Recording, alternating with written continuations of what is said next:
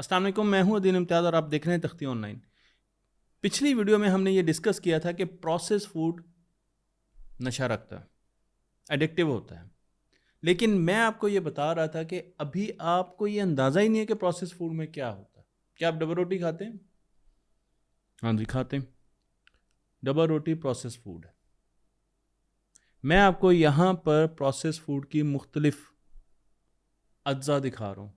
तो आप देखेंगे यहाँ पर आपको मीट के पीसीज भी नज़र आएंगे, यहाँ पे आपको ब्रेड भी नज़र आएगी। मैं ब्राउन ब्रेड खाता था, लेकिन जब से मैंने ये स्टडी पढ़ी है और आगे भी कुछ स्टडीज़ आपको दिखाऊंगा, मैं अब ब्राउन ब्रेड भी छोड़ रहा हूँ, बल्कि उसकी जगह अब मैंने सुबह सेब खाना शुरू कर दिया है। तो आप सिर्फ यहीं पर इत्तेफाक ना कीजिएगा, अभी आगे चलें तो आपको पता चलेगा कि ये सब भी प्रोसेस फूड है। बर्गर्स, चिप्स, कोल्ड ड्रिंक्स, उसके अलावा sugary drinks, cakes, milk shakes, ये जितने भी पैकेट वाली चीज़ें आपको नज़र आती हैं, ये सारी की सारी प्रोसेस फूड में आती हैं। टॉफ़ियाँ प्रोसेस फूड, जो बच्चे हमारी कैंडीज़ खाते हैं। उसके अलावा आपके पास जितने भी सिरेलैक्स हैं, वो सारे के सारे प्रोसेस फूड में आते हैं। जो दूध में डालकर हम नाश्ता करते हैं, ये सारे प्रोसेस फूड की कैटेगरी में आते हैं। तो मैंने सोचा कि पहले ये तो देखूंगे प्रोसेस फूड है क्या। अब आपको अंदाज़ा हो गया होगा कि सिर्फ कुछ ब्रांड ही प्रोसेस फूड नहीं है, बल्कि आप जो भी चीज़ घर से बाहर से ले रहे हैं वो सारे के सारे प्रोसेस फूड है। अब मैं आपको लेकर चलता हूँ एक साइंसदान की तरफ, जिनका नाम है डॉक्टर अलेक्जेंड्रा जी। इनका ताल्लुक है यूनिवर्सिटी ऑफ मिशिगन से, और 2023 में इन्होंने एक स्टडी की और उसमें 82 लोगों को दही खिलाया। ये जो दही था, इसमें उन्होंने 2 ग्रुप बनाए। एक वो ग्रुप था जिसको वो दही दिया गया जिसमें ज़्यादा चीनी और ज़्यादा फैट्स थे, हाई शुगर हाई फैट्स, और दूसरे ग्रुप को लो शुगर लो फैट्स। 8 हफ्तों तक इनको ये खाने के लिए दिया गया और इनके दिमाग को, उनको स्कैन किया गया दिमाग को, कि दिमाग में क्या चेंजेस आ रही हैं। 8 हफ्तों के बाद इन्होंने जब रिसर्च की और उसके बाद ये रिजल्ट इन्होंने रिसर्च पेपर में पब्लिश किया। आप इनका जाके रिसर्च पेपर देख सकते हैं। तो ये बात मैं नहीं कह रहा, बल्कि ये रिसर्च में लिखी गई है और इस पेपर में पब्लिश हुई है डॉक्टर अलेक्जेंड्रा के। तो इन्होंने बताया कि जिन लोगों को हमने हाई शुगर और हाई फैट्स पर लगाया, उन्हें आम दही पसंद आना ख़त्म हो गया। वो अब आम दही नहीं खा सकते थे। उनकी जो आम दही की तलब थी वो आहिस्ता आहिस्ता ख़त्म हो गई जब उन्होंने हाई शुगर और हाई फैट वाला दही खाया। और उसकी वजह यह थी कि आम दही अब उनके दिमाग की एक्टिविटी को नहीं बढ़ाता था। ब्रेन के एक्टिवेशन पैटर्न बदलना शुरू हो गए थे। ब्रेन में एक्टिविटी उस वक्त बढ़ती थी जब वो हाई शुगर और हाई फैट वाले मिल्क शेक पीते थे, कॉफ़ी पीते थे, योगर्ट खाते थे। तब उनके दिमाग में एक्टिविटी बढ़ती थी, और वो दिमाग के किस हिस्से में बढ़ती थी? रिवॉर्ड सिस्टम में। तो बच्चे को, बड़े को रिवॉर्ड मिलता था जब वो हाई शुगर और हाई फैट खाता है। उसका दिमाग खुश होता था, उसको रिस्पॉन्स मिलता था, इंक्लूडिंग बेजल गैंग्लिया, जो कि हमारे दिमाग का एक हिस्सा है जो कि डिसीजन मेकिंग, मोटर कंट्रोल और इमोशंस में इस्तेमाल होता है। तो वो लोग जिन्होंने हाई शुगर और हाई फैट वाला दही खाया, एक तो उनको आम दही अब पसंद नहीं रहा, और दूसरा ये कि वो जब ज़्यादा चीनी वाली चीज़ें खाते थे तो उनके दिमाग के रिवॉर्ड सिस्टम में बहुत एक्टिविटी होती थी, यानी उनको तस्कीन मिलती थी, उनको रिवॉर्ड मिलता था। मैं आपको यहाँ पर एक और रिसर्च पेपर दिखा रहा हूँ जो कि ये बताता है कि अल्ट्रा प्रोसेस्ड फूड जो है वो हमारे दिमाग को हाईजैक कर लेता है। हमारे दिमाग को हाईजैक करने के लिए एक केमिकल का अमूमन इस्तेमाल किया जाता है जिसे डोपामिन कहते हैं। और डोपामिन उस वक्त रिलीज होता है जब आपको कोई कामयाबी हासिल होती है, या आप किसी कामयाबी का सोचते भी हैं, एंटिसिपेट भी करते हैं किसी कामयाबी का, तो तब भी एक फील गुड, एक खुशी होती है, हाँ अगर मैंने ये कर लिया, तो आपके दिमाग में ये हार्मोन रिलीज हुआ है जिसे डोपामिन कहते हैं। डोपामिन उस वक्त भी रिलीज होता है जब आप वीडियो गेम की एक स्टेज पूरी कर लेते हैं। 2023 की इस स्टडी में यह बताया गया है कि जब आप चीनी वाले मिल्क शेक पीते हैं तो इंसान के दिमाग में डोपामीन की बहुत ज़्यादा मिकदार रिलीज़ की जाती है। यानी इसका मतलब यह है कि चीनी वाले मिल्क शेक से रिवॉर्ड सिस्टम आपका एक्टिवेट हो जाता है और आपको खुशी महसूस होती है, तस्कीन होती है कि बिल्कुल कितनी ज़्यादा डोपामीन रिलीज़ होती है। अब मैं आपको इसकी क्वांटिटी भी बताता हूँ।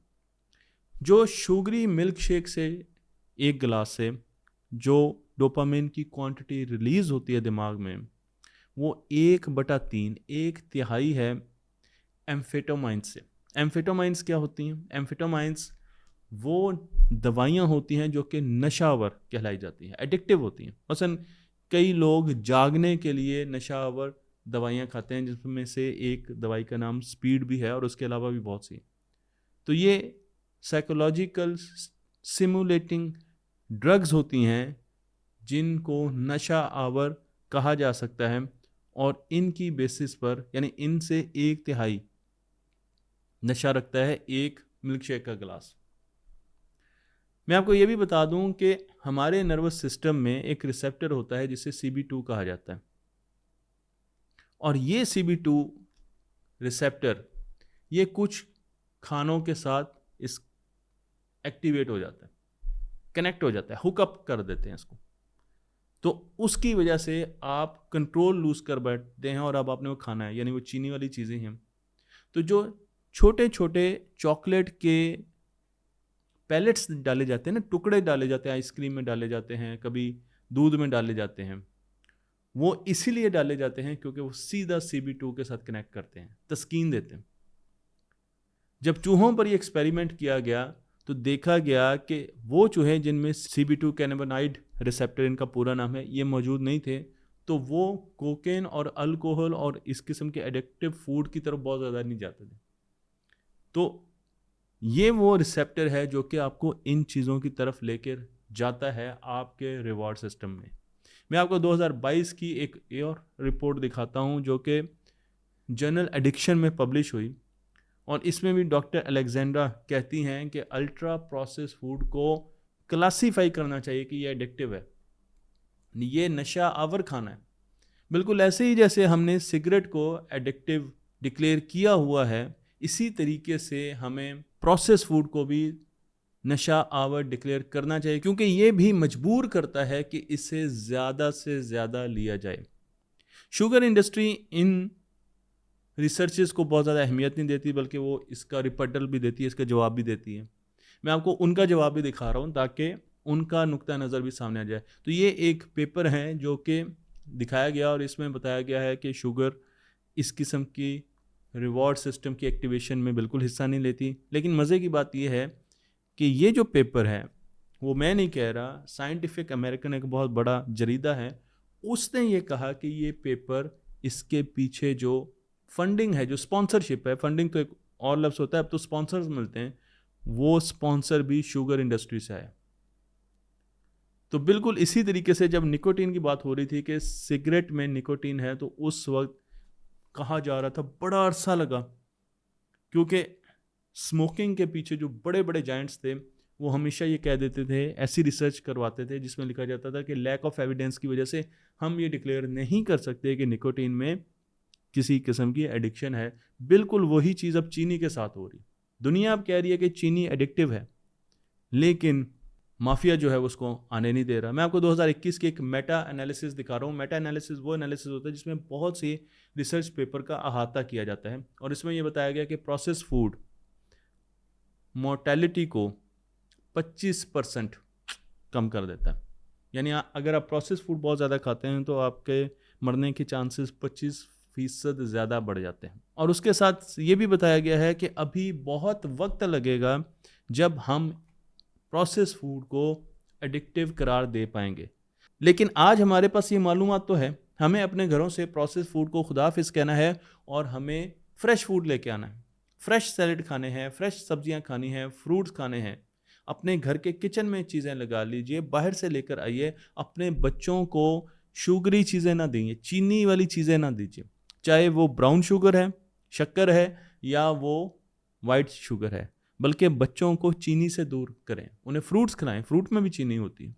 उन्हें सेब खिलाएं, उनको केले खिलाएं और उनको प्रोसेस फूड से दूर रखें, क्योंकि ये हमारे दिमाग को बदल रहा है। अभी तो सिर्फ हमने एक हिस्सा देखा है जिस पर ज़्यादा गौर किया, वो है इसका रिवॉर्ड सिस्टम। तो जब आप बच्चे को प्रोसेस फूड खिला देते हैं और उसके बाद आप उसको नहीं देंगे, आपने अगली मर्तबा उसी शॉप के बाहर से गाड़ी गुजार ली, तो वो ऐसे रोएगा जैसे कि उसका नशा टूट रहा है। तो हमने अपने बच्चों को चीनी नहीं देनी, हमने अपने बच्चों को प्रोसेस फूड नहीं देने, हमने अपने बच्चों को पैकेट वाली चीज़ें नहीं देनी, उनसे बचना है और वो चीज़ें देनी है जो कि नेचर में एग्जिस्ट करती हैं, ताकि हमारे बच्चे सेहतमंद हों और वो किसी किस्म के एडिक्टिव ना हो, नशा ना करने वाले हों। और ये वो नशा है जो आप उनको करवा रहे हैं। हमारे चैनल तख्ती ऑनलाइन को यूट्यूब पर लाइक कीजिए, इस इल्म को दूसरों तक पहुंचाइए और उनका भी भला कीजिए।